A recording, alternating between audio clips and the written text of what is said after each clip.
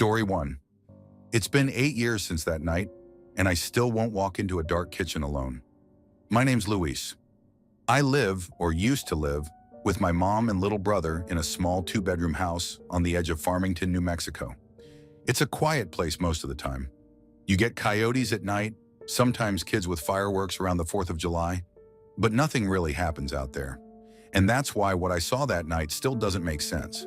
I hadn't been drinking, I hadn't been smoking. I want to say that first because that's the kind of thing people ask when they hear this story. No, I wasn't dreaming either. I remember exactly how cold the tile felt under my feet. I remember the buzz from the old fridge. I remember the stupid sticker on the light switch that said, "Jesus is watching." My mom put it there when my brother kept sneaking food at night. It was about 2:30 in the morning. I know because I checked my phone right before I got up. I'd been gaming too late and woke up crazy thirsty. Happens all the time when I stay up too long, staring at screens. My room didn't have a fan, so it was stuffy, and I was already sweaty from some weird dream I couldn't remember. So I got up, walked down the hallway toward the kitchen, no lights on, just the glow from my phone screen. The rest of the house was silent, not even the usual creaks. I didn't hear anything weird until I hit the kitchen doorway. I reached in to flick the light on, and the moment it snapped on, the exact second, that's when I saw it. There was something already standing in the middle of the kitchen. It was crouched, actually, hunched over. Its skin was this pale grayish tone, wet-looking, almost slimy, like boiled chicken. No clothes, no hair, and it was long, thin, and twisted in a way that didn't look human. I could see its ribs, and its arms were too long for its body. Its eyes, Jesus Christ. They were black, like the whole thing was pupil, no white at all. And they locked onto me as soon as the light came on. It looked right at me, and the worst part, it looked surprised, not scared, not angry. Caught. We just stared at each other for maybe a second, but it felt longer. Way longer. It blinked, sideways like a lizard, and then opened its mouth and let out this sound I'll never be able to unhear. It wasn't a scream or a growl. It was both and something else, almost like a broken radio trying to screech, high-pitched and wet and angry. I don't even remember deciding to move. My body just did it. I spun and bolted down the hallway, slammed my door shut, locked it, and jumped onto my bed like a little kid. I turned my music on full blast. I remember that clearly because I didn't want to hear if it followed me. I didn't want to hear it crawling or making that sound again. I blasted some random playlist, turned the lights on, and sat in the corner of my bed with my baseball bat. I stayed like that until the sun came up. I didn't sleep. I didn't move. Every little creak from the walls or pop from the pipes made my heart stop. In the morning, I tried to tell myself it was sleep paralysis or a hallucination, but I'd been awake. I'd walked into the kitchen. I flipped the switch with my own hand. I saw the light come on. I saw that thing react to the light. Here's the part that locked it in for me. When my mom got up around 7, she walked into the kitchen to start the coffee. I heard her say, "Ugh, what's this?" So I got up, real slow, and peeked down the hallway. I didn't go in, but I saw her scrubbing the wall by the pantry. There were these long, smeared streaks going from the floor up to the ceiling, like dirty handprints. But not hands. They were longer than fingers should be. Thin, like someone had dipped long spider legs into mud and dragged them up the wall. My mom thought it was some kind of grease or something my little brother got into. She scolded him, even though he swore he didn't do anything. I just kept quiet. I've never told her what I saw. Not her, not my brother, not anyone except my girlfriend years later. And she didn't believe me either. She just gave me that awkward, okay face and changed the subject. After that night, I started sleeping with a flashlight under my pillow. I stopped drinking water after 9 p.m. I never walked into the kitchen at night again, not even with the light on. If I was dying of thirst, I waited until morning. Story 2. I live in London, but in 2019, my sister Maeve and I took a trip through Ireland. She's a teacher in Dublin. I'm in IT. Nothing special. We just needed a break, a real one. No hotels, no cities. We found this little bed and breakfast in County Clare, West Coast, not far from the burn. The kind of place you'd miss if you blinked driving past. We got there late, probably around 9. The owner was a woman in her 60s, friendly, but I don't know. There was something about her. She had this heavy stare when she handed us the key, like she was about to say something important and change her mind. Our room was upstairs, second door on the right. It was fine, a bit cold, the wallpaper peeled in corners, but it had 2 beds and a kettle, and we were too tired to care. I remember we sat in bed drinking tea, talking about nothing. Work, our mom, who was back in hospital again. Then we turned the lights off. That's when the radio came on. Not loud, but just enough to snap us out of that drifting moment before sleep. Static, hissing and garbled speech like someone flipping between stations. But not quite. It wasn't tuned. It didn't even sound like anything was broadcasting. Just this eerie mumbling in what I guess was Irish. But slower, stretched out, like a record played wrong. "Did you leave that on?" I asked Maeve. "No, did you?" We both leaned over. The thing was one of those old wooden bedside radios. Dials instead of buttons. The switch was already off. Not broken. I mean, it was set to off. I remember that clearly. I flicked it back and forth just to be sure. Nothing changed. It didn't stop until Maeve yanked the plug out of the wall. Not dramatically, more like an annoyed slap, like she was killing a fly. And then it stopped. Not gradually, not like a radio losing power. It just cut. No pop, no fade, just gone. We looked at each other, kind of smirking, like what the hell was that? I think we both thought it was some weird wiring, or maybe the power socket was faulty. I said something dumb like, "Old houses, right?" Then came the knock. Knock, knock, knock. It came from the cupboard across from my bed. 3 soft, solid thuds.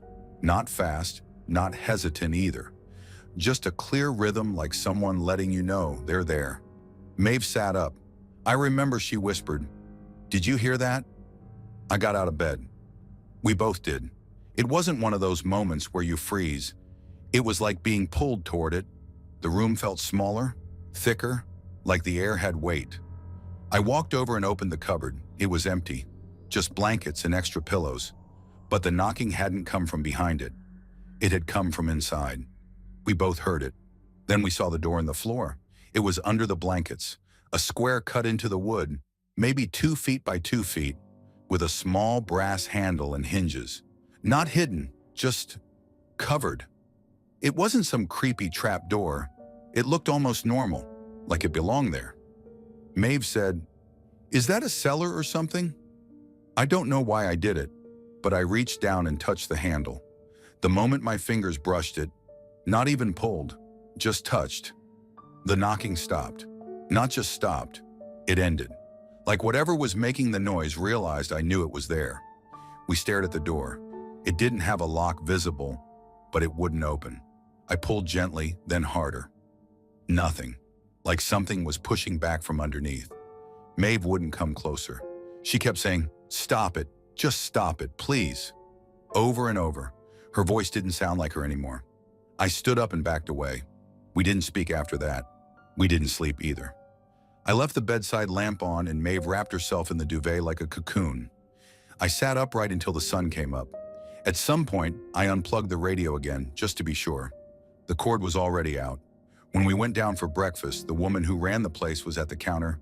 She asked if we slept okay, and I couldn't bring myself to answer. I wanted her to say something, anything.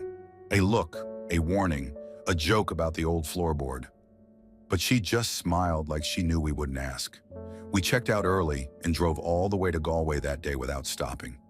Here's the thing I still think about.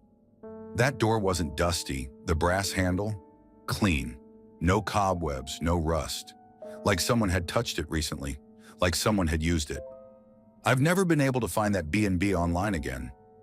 I tried, even the name. I'm not sure we ever saw a proper sign outside. I don't remember booking it. Maeve thinks we found it through a paper leaflet in a pub near Ennis. I tossed that leaflet at some point. I wish I hadn't. We don't talk about it. That's not some dramatic, we made a pact thing. We just don't. Once or twice we've brought up Ireland. But we skipped that night. It's like we both silently agreed that whatever was behind that door wasn't meant to be found. Not by us, anyway. Story 3. I live in a quiet corner of Westmoreland County, Pennsylvania, kind of wedged between woods and old coal roads. The house isn't ancient or anything. It's just ordinary. Built in the late 70s, 2 floors, pale vinyl siding. Nothing about it screams haunted. But I'll tell you, I've never felt at ease in it. My name's Tyler. I'm 23 now, but this happened when I was about 21, during one of those dead cold January nights where the sky looks hard and silver and everything creaks. I was alone. My parents had gone to visit my aunt in Ohio for the weekend, and I had the place to myself, which I usually liked. I used to say it gave me space to breathe. Anyway, that night I was in my room upstairs, lights off except for the glow from my laptop. It was past midnight, and I had my headphones in, watching some dumb true crime docuseries. I wasn't expecting anything weird. I wasn't even thinking about the house. That came later. The first thing was small. I heard something, through the headphones like a shuffle or a footstep in the hallway outside my room. I paused the video. Nothing. I even leaned out the door to check. Lights were off, and the hallway was silent. So I chalked it up to the furnace kicking on, or maybe one of the old stairs settling. I went back to watching. Maybe 20 minutes passed, and I had almost forgotten about the sound when I felt this pressure behind me. Not a physical touch, more like the weight of someone standing just behind my chair. Not moving, not breathing, just there, staring. I spun around fast. Nobody, obviously. But the moment I turned back to the screen, I heard it again. A voice this time, a woman's voice, soft and weirdly cheerful, almost like someone in the next room whispering to a friend. "He's not even scared." I froze. The voice came from my left, outside my bedroom, maybe down the stairs. I sat perfectly still. I thought maybe I imagined it, but my stomach dropped in that way it does when you know something just went sideways. I whispered, "Hello?"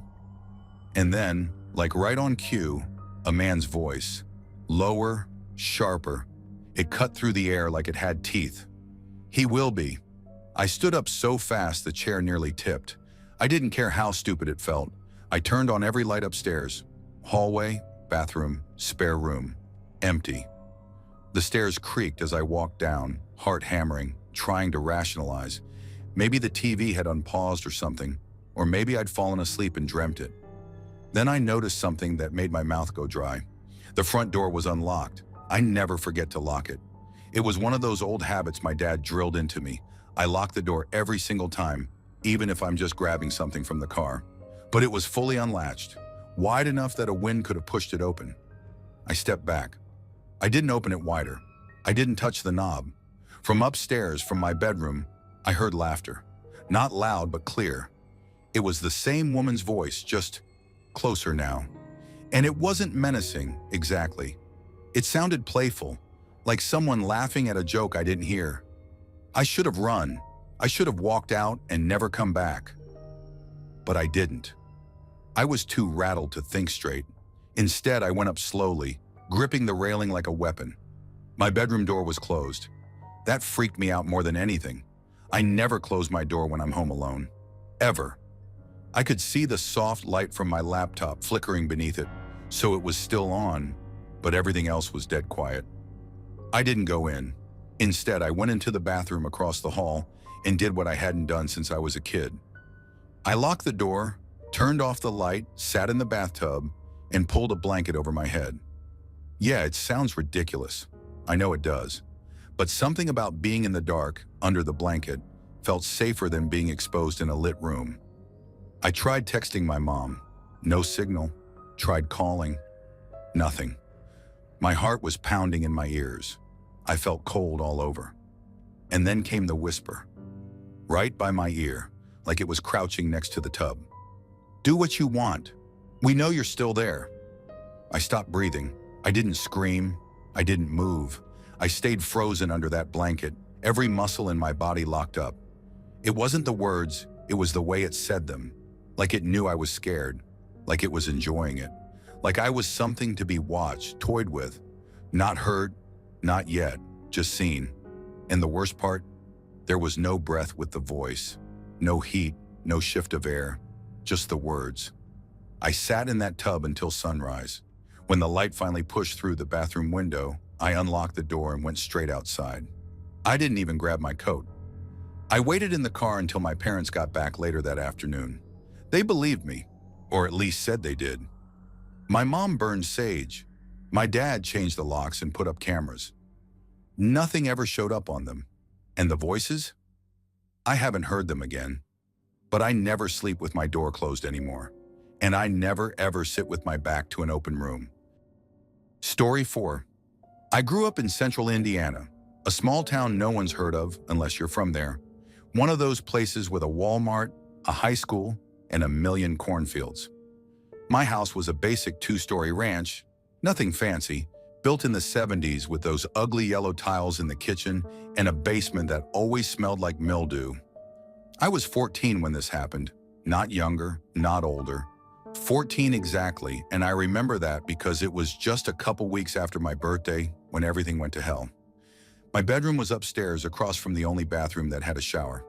My brother Ryan had the room next to mine. We used to share the bathroom schedule.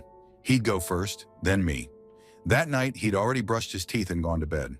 I remember him slamming his door shut like he always did, then blasting music through his headphones. He didn't hear a thing. I wasn't thinking about anything weird. I wasn't scared. It was just a normal school night. Wednesday, I was brushing my teeth, scrolling through my phone with one hand, spitting foam in the sink with the other. The bathroom light was humming like always. That old yellow bulb made the whole room look dingy no matter how clean it was. Then right before I turned off the tap, I heard this soft snick, like a quick sound of fabric shifting. I glanced over, and I swear on everything, the shower curtain moved. Just a little. Not even a full sway. Just a twitch. Like someone was adjusting their footing behind it. At first I just froze. Not scared, more like annoyed. I thought it was Ryan trying to mess with me, like he sometimes did. He used to hide under my bed or behind doors and jump out. One time he even put on Mom's robe and freaked me out pretending to be a ghost. So I rolled my eyes, grabbed the edge of the shower curtain, and said, "I saw you, dumbass." Then I yanked it open fast, like trying to catch him in the act. But it wasn't Ryan. There was a woman standing there. Not standing exactly, hunched. Her back was crooked like her spine was bent the wrong way, and her arms were too long, hanging past her knees. She had this old, washed-out nightgown on, and her skin looked like paper soaked in tea. Brownish, sagging, almost peeling in some places. Her hair was thin and matted to her face, like she'd just climbed out of a drain. But what I remember most were her eyes. They were open wide, too wide, like the lids didn't work right.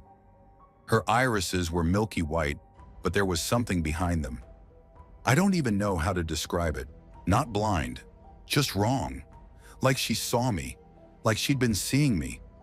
She didn't move, didn't blink. Just stood there, crouched in the tub, looking straight at me. I couldn't scream at first. My brain locked up. My legs weren't moving.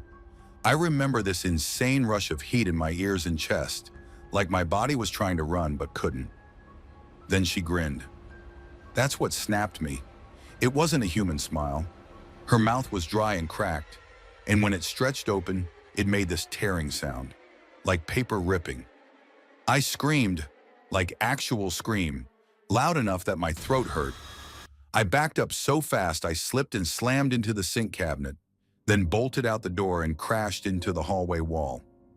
Ryan came out of his room, pulling off his headphones. "What the hell's your problem?"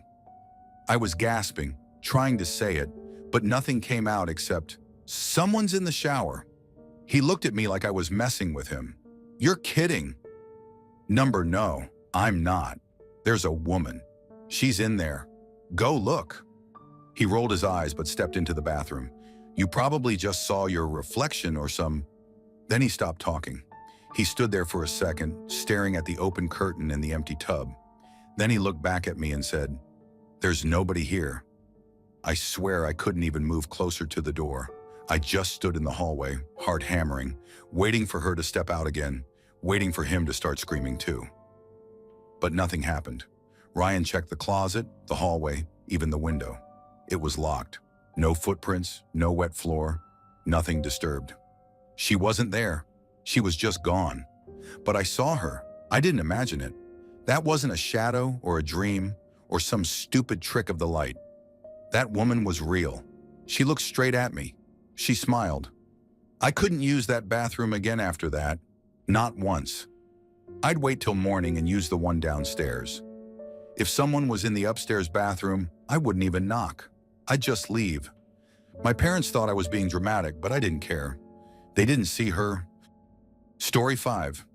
I'd just gotten a soul for the summer, staying with relatives in this old apartment complex on the outskirts. The place wasn't nice. Walls that could use a fresh coat of paint, fluorescent lights flickering half the time, and the smell of stale air that you couldn't quite shake. I hated the fact that I was stuck there. But hey, it was family. One night around midnight, I got a sudden craving for ice cream. I thought, why not? And decided to run down to the little convenience store by the entrance. No big deal. I've walked those streets 100 times, even when it was late. I grabbed the ice cream and started to head back up to my apartment, the usual routine. The elevator was at the far end of the complex. I walked down the dim hallway, the walls showing signs of age with faint stains on the carpet. When I reached the elevator, I pressed the button for my floor and stood there, waiting. The elevator came, the doors opened, everything was fine. I stepped in, pressed the button for my floor, and waited for the doors to close. But before they could, the elevator lurched and started moving. It stopped. The doors opened again, but not on my floor. They opened on the floor above me. At first, I thought it was a glitch. Maybe it was a mistake, or the elevator was malfunctioning. But then I saw her, a woman. I didn't even know how to describe her. She was standing by the stairs, just standing there in the dim light, completely still. She was wearing this old-fashioned white dress, the kind you'd expect to see in a horror movie. Her hair was long and dark, hanging in strands that almost blended into the darkness around her. Her face? Well, I couldn't see it. She was too far away, too shrouded in shadow. But I didn't need to see her face to feel that something was wrong. She wasn't moving at all. She wasn't looking at me. She was just standing there, like she was waiting for something or someone. I should have gotten out of the elevator then. I should have pressed the button for the lobby and run out of the building, but I couldn't. The door was still open and I was frozen in place.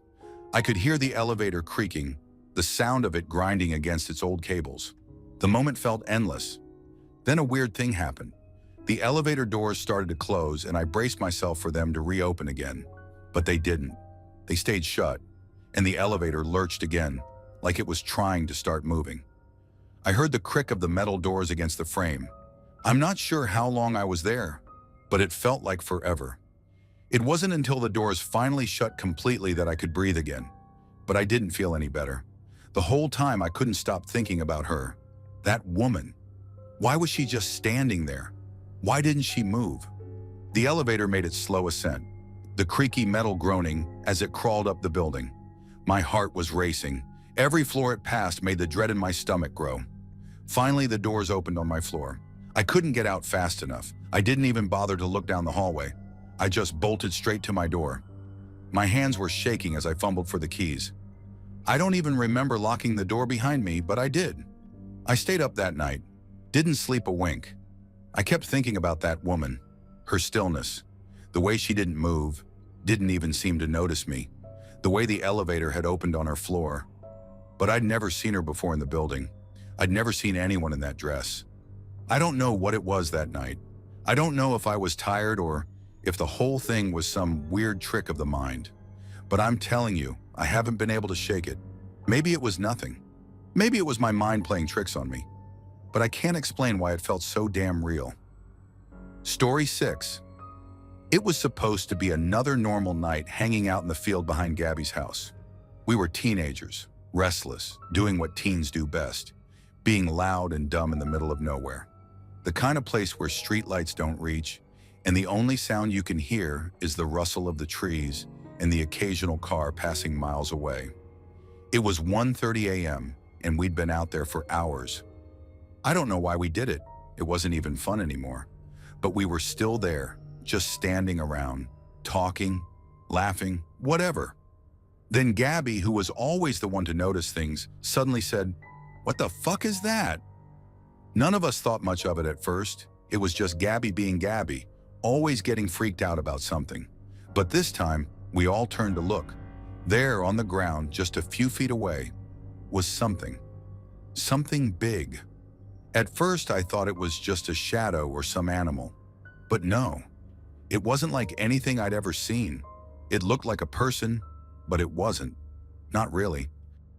The thing was lying next to Gabby's dog and cat, both of them frozen in place. They weren't moving. They weren't barking. The silence was suffocating. It was almost like the air itself was still, as if everything in the world had just stopped. I could barely see the creature, but what I could make out were its glowing red eyes. Not like a reflection or a flash of light. These eyes were glowing, solid, like they were part of it. We froze. My heart was pounding in my ears. Gabby's voice barely broke the silence when she screamed, "Get the fuck out of here!" And that's when it hit us. We were all terrified. Everyone started screaming, running. But I couldn't move at first. I just stared at it. I could feel it staring back at me. But it wasn't just my eyes. It was like something deeper, something I can't explain, was looking right through me. I don't know why I turned around. I could have kept running. I should have. But I did. I turned just for a second to see if my friends were behind me. That's when I saw it. It wasn't lying down anymore. The thing was standing. It was massive. The closest thing I can compare it to is, well, imagine something that tall but wrong. It must have been at least 7 feet, maybe more. It had broad, unnatural shoulders that looked like they were too wide for a normal person, and its skin, or whatever it was, seemed stretched, almost like it didn't fit. It didn't have any clothes, no hair, just this horrible, smooth surface that made me shiver in the pit of my stomach. But the worst part, the thing I can't forget, was the wings. I don't know if they were real wings or just parts of its body, but there were these jagged, membranous appendages extending out from its back.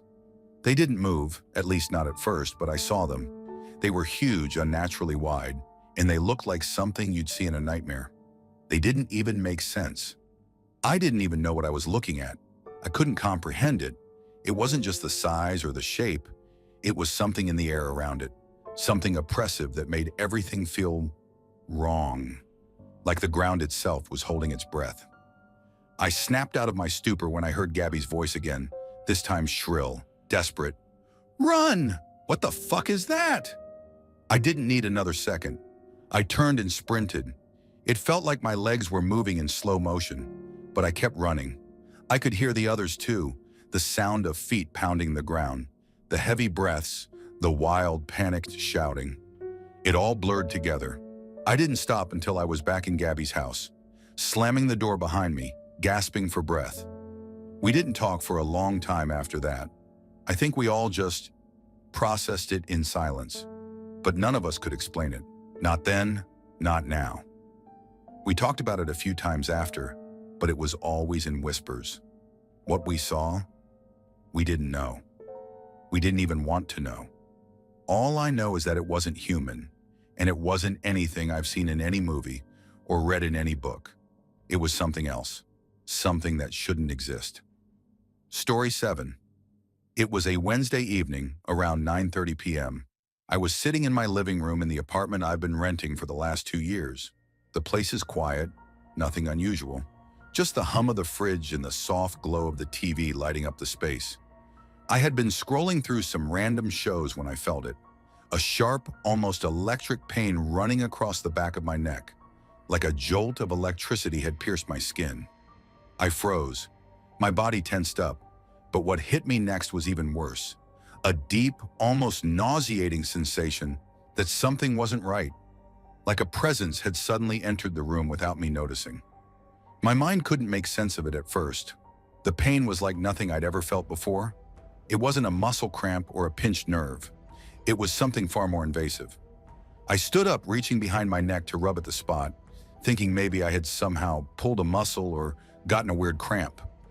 But when my fingers brushed against my skin, I felt something wrong, something more than just muscle tension. I stumbled over to the bathroom mirror, barely able to keep my balance. I was expecting to see some redness or irritation, but what I saw left me frozen in place, staring at my reflection.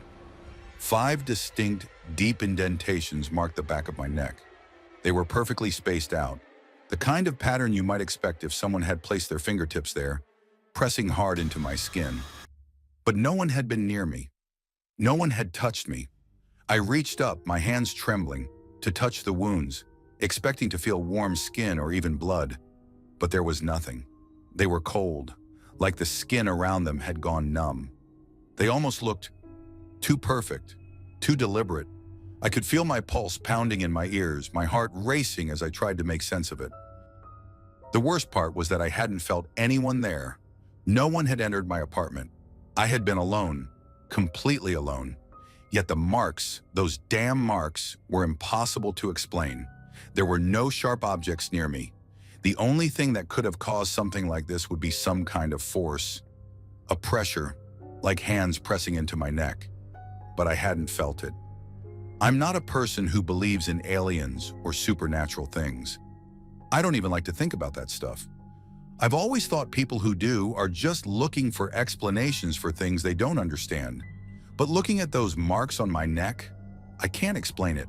I didn't know who to call, or even if I should tell anyone.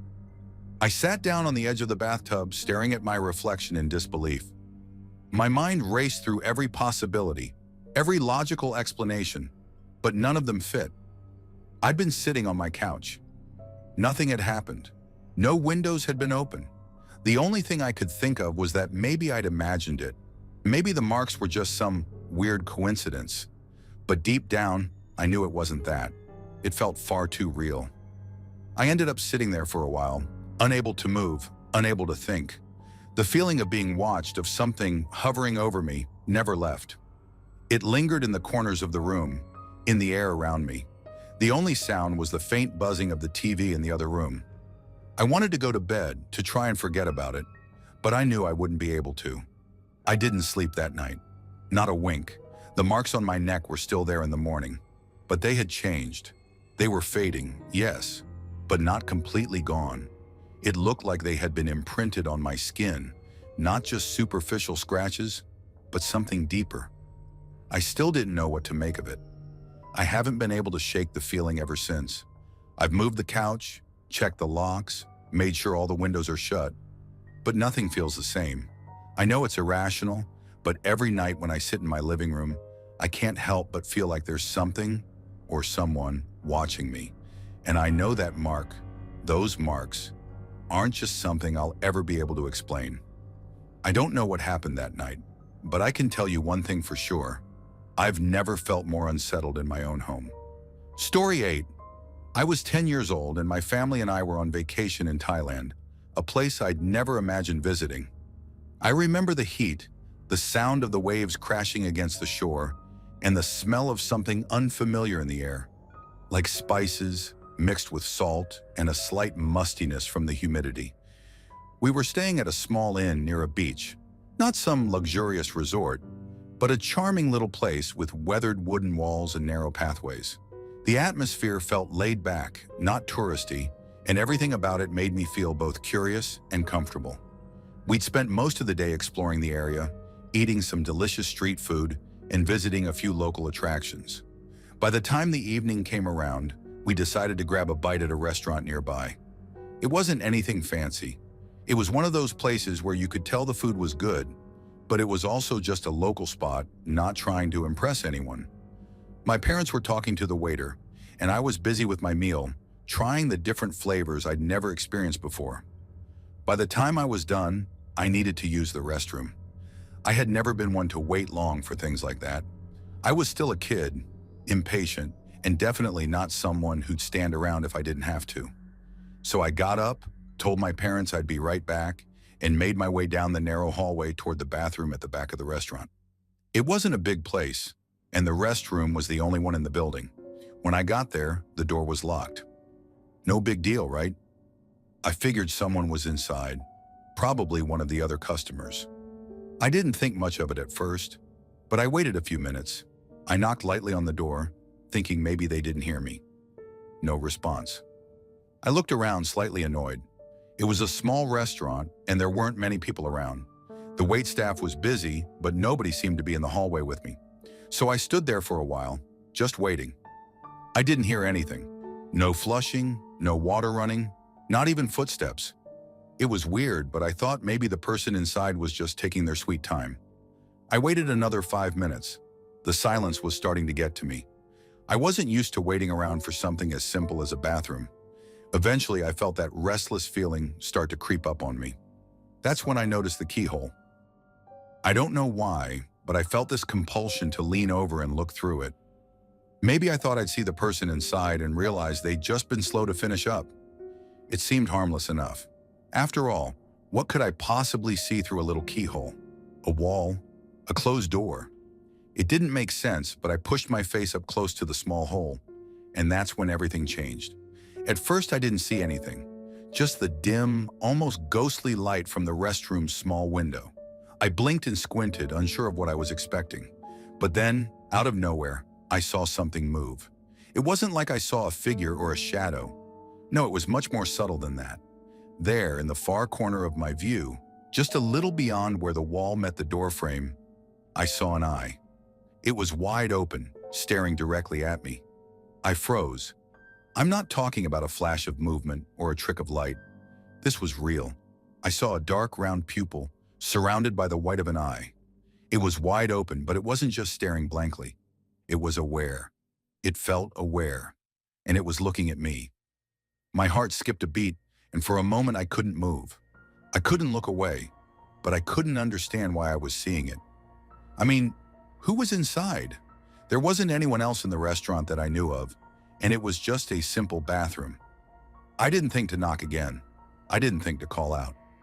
Instead, I stood there, my breath stuck in my throat, eyes glued to that eye.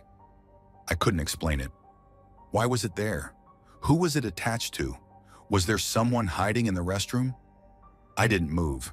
I didn't even blink at first. My thoughts were racing, trying to piece it together. But before I could make sense of it, the eye blinked. Once, just once. It was slow, deliberate, like it knew I was there, watching. I'm not sure how long it stayed open before that blink. It could have been seconds. It could have been longer. But that blink was the moment everything in me screamed run. I didn't have a reason to stay anymore, and without thinking, I turned on my heel and bolted out of there. I don't remember exactly how I got back to my parents, but I know I didn't stop to explain what I saw. I just walked up to them, shaking, and without saying a word, I grabbed my dad's arm and tugged. I think my mom noticed something was off, but I couldn't bring myself to say it out loud. I felt dizzy, like I was losing my grip on reality. Was it some kind of prank? Maybe the restroom was occupied and someone was hiding. But no, it wasn't that. It couldn't have been. It was too strange, too deliberate. "Can we go?" I remember asking, my voice shaking. My dad looked at me, a little confused, but didn't question me further. They paid for the meal, and we left without another word. I can still remember the feeling of the eye locked on mine, that weird, unblinking stare, and the eerie stillness of the restaurant. I can't explain it, and over the years, I've tried to make sense of it. But the truth is, I don't think I'll ever be able to. What happened in that restroom? Who or what was in there? It's a question that's haunted me ever since. I've told a few people about it over the years, but no one really believes me. They laugh it off, dismiss it as just a trick of the light or some weird coincidence. But I know what I saw, and I don't think it was anything that could be explained away so easily. I don't ever want to go back to that place. I don't ever want to know what was behind that door. Sometimes I wonder if I really saw it, or if I was just a scared kid seeing things. But then I remember the feeling, the cold, sinking feeling in my stomach, the way my heart raced when that eye blinked. And I know it wasn't just my imagination. Story 9. I didn't expect to be so scared that night. I was used to being alone in that house, used to the creaking floorboards, the drafty corners, and the stillness that would creep in after dark. The kind of stillness that wasn't comforting, but unsettling. But that night, something was different, and I'm still not sure if I'll ever fully understand it. The house itself was old. It sat alone on a hill surrounded by acres of dense forest. You could hear the wind rustling the trees even when the air was still. The windows rattled a little when it got gusty, and sometimes you'd hear things that weren't really there. The kind of sounds that made you second-guess your senses, like someone was walking around upstairs when no one was home, or a door creaking open on its own. But that night, I knew something wasn't right. I'd been in my room for hours, mindlessly scrolling through my phone, when the first strange noise hit. It was faint at first, almost like a tapping, like fingernails scratching against the wood. It came from the hallway. I tried to ignore it. Maybe it was just the house settling, or the wind catching something outside. But the tapping grew louder, more deliberate. My heart started beating faster. I sat up on the bed, staring at the door. The tapping stopped, but then came the softest sound, just on the edge of hearing. The floorboards creaked, not like a normal creak, but slow, heavy, like someone was walking across the hall, each step deliberate and purposeful. It wasn't my imagination. I knew that. I got up slowly, my feet cold on the floor, and tiptoed toward the door. I didn't want to make any noise. I just wanted to know if someone had broken in or if it was just my mind playing tricks. But when I peeked through the crack in the door, I saw nothing. The hallway was empty, no sign of anyone. Relief flooded through me, but the unease didn't go away. I stood there for a moment, staring at the empty hallway, trying to shake the feeling that something was wrong. It was just the house settling, right? That's what I kept telling myself. I went back to my bed, but it was hard to focus on anything with that nagging feeling at the back of my mind. I kept looking at the clock. It was just past 11:30. The silence in the house felt heavier than usual, thicker, like it was pressing in from all sides. I pulled the blankets up, trying to make myself feel safe, but it didn't work. Then the shadow appeared. At first, it was just a shape in the corner of my vision, standing in the doorway. I thought maybe it was a trick of the light or my tired eyes playing games with me. But when I looked directly at it, my stomach dropped. It wasn't human, at least not in the way I understood human. The figure was tall, unnaturally so. It was wearing a cloak, black, thick, and flowing. But it wasn't moving like fabric should. It was floating. The edges of the cloak seemed to shimmer, like it wasn't fully there, like it was a part of the darkness itself. And in the space where its face should have been, nothing. Just a blank void, an emptiness that seemed to swallow all light. I froze. I didn't move. I couldn't. It was like something in my brain shut off. My body went numb, and all I could do was watch. The thing didn't move at first. It just stood there in the doorway, almost like it was waiting for something. For me to do something, maybe. I didn't know what it wanted. I didn't know what it was. I didn't want to know. My breath came out in shallow gasps, but I couldn't make any sound. I couldn't scream. I couldn't move. The silence in the room felt suffocating now, thicker than ever, like the air was pressing in on me, squeezing me. Then the thing shifted, slowly, deliberately. It started gliding toward me, its steps too smooth, too fluid. No footsteps, no sound, just the faintest whisper of movement. I wanted to back away, to run, but I couldn't. I was rooted to the spot, frozen in fear. As it got closer, the air turned cold. Really cold, like ice in my lungs, freezing the very breath in my chest. My skin prickled with the kind of cold you can't escape, the kind that seeps into your bones and makes you feel like you're in a grave, like you're already dead. The figure stopped just outside the reach of the bed. I could feel it staring at me, even though I couldn't see any eyes. There was no face, just that darkness, that void where its features should have been. But it was looking at me. I felt it looking at me. It was inside my head, scraping at the edges of my thoughts, filling my mind with an emptiness I couldn't shake. I wanted to scream. I wanted to run, but I couldn't. I was trapped in my own body, unable to do a single thing. And all I could think was that if I blinked, if I moved, if I even breathed too loud, it would come closer. It would, what? Take me? Kill me? I didn't know, but I didn't want to find out. But then, just as suddenly as it appeared, it was gone.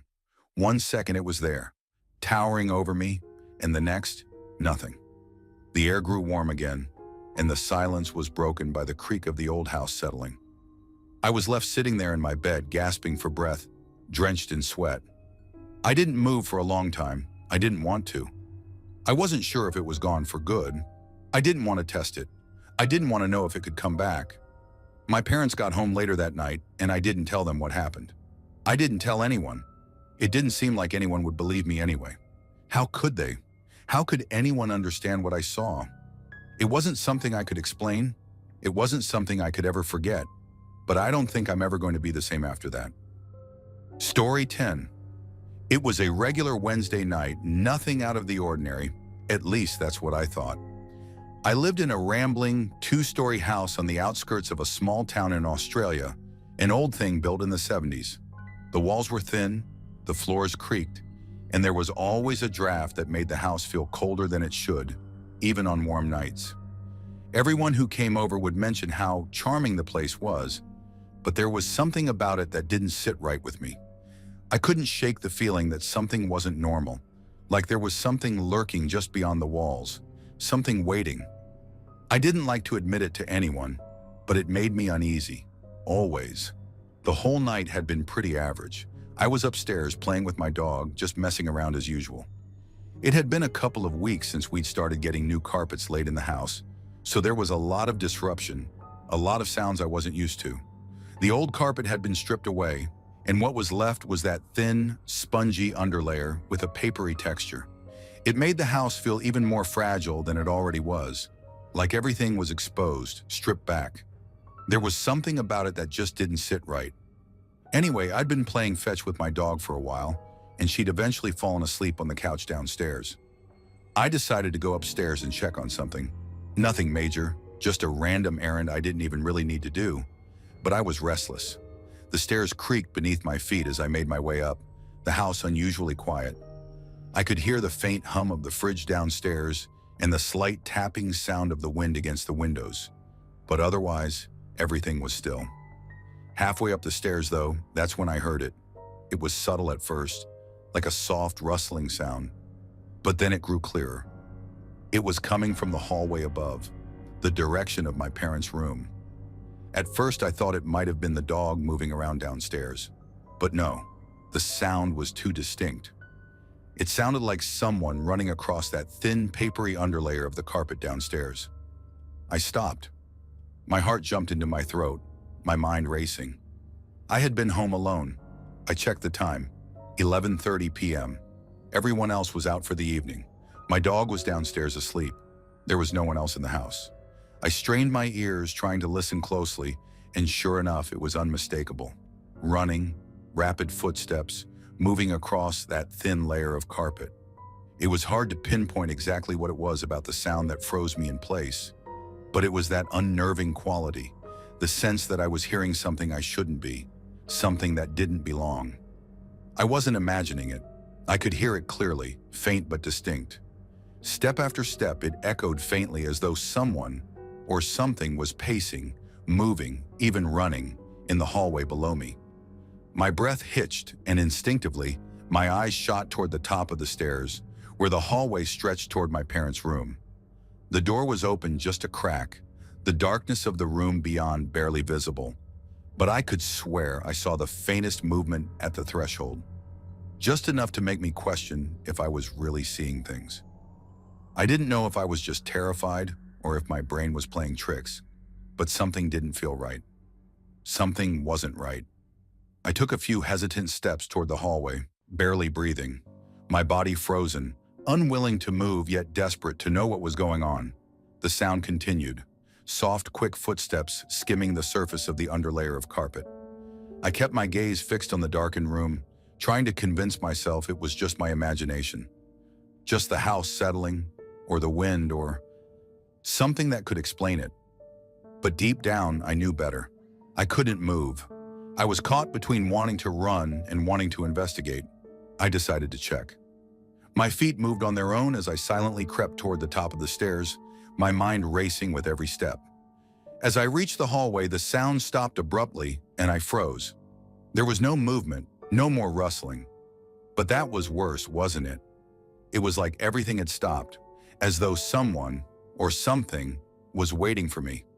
My hands were shaking as I slowly edged closer to my parents' room, barely daring to breathe. The door was cracked open, just a sliver, but I could see inside. I expected nothing, maybe just a pile of clothes on the floor, or a flickering light.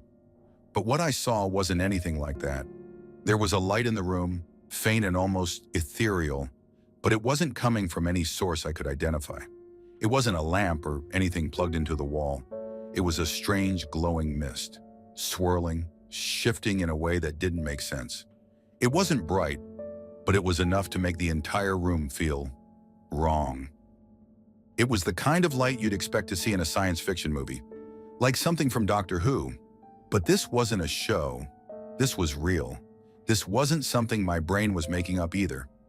I stood there, heart pounding, unable to look away. The glow seemed to flicker, twisting and turning like something alive, something intelligent. It didn't seem to have a shape, but I could feel it, moving in and out of focus as if it were playing tricks on me. And then, as quickly as it had appeared, it vanished. Just like that. Gone. The silence that followed was suffocating. The air felt thick, like it was pressing in from all sides. I couldn't breathe, couldn't move. I wanted to scream, but the words were stuck in my throat. My mind was a mess of questions and panic. Was it a glitch in my vision, a trick of the light, or had I just witnessed something I shouldn't have seen? I didn't stay to figure it out. I turned and ran, fast, before I could talk myself out of it. I bolted down the stairs, nearly tripping over my own feet as I raced toward the front door.